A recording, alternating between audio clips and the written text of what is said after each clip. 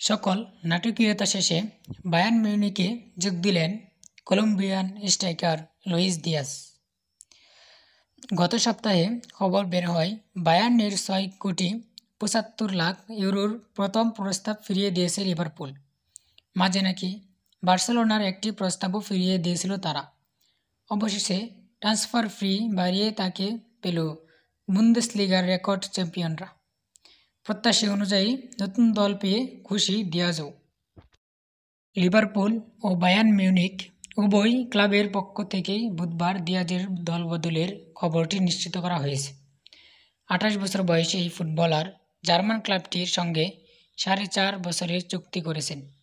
বায়ার্নের পক্ষ থেকে ট্রান্সফার ফির বিষয়ে কিছু জানানো হয়নি, তবে গণমাধ্যমের খবর দিয়াজকে পেতে জার্মানি চ্যাম্পিয়নদের 7.5 কোটি ইউরো খরচ হয়েছে। 2 দিন আগেই সবকিছু এক প্রকার নিশ্চিত হয়ে গিয়েছিল।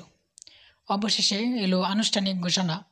কলম্বিয়ান স্ট্রাইকার লুইস দিয়াজের জন্য বায়ার্ন মিউনিখের দেওয়া দ্বিতীয় প্রস্তাব আর ফিরিয়ে দেয়নি লিভারপুল। অ্যানফিল্ডে দুর্দান্ত এক মৌসুম কাটিয়ে এবার নতুন ঠিকানায় পাড়ি জমালেন তিনি।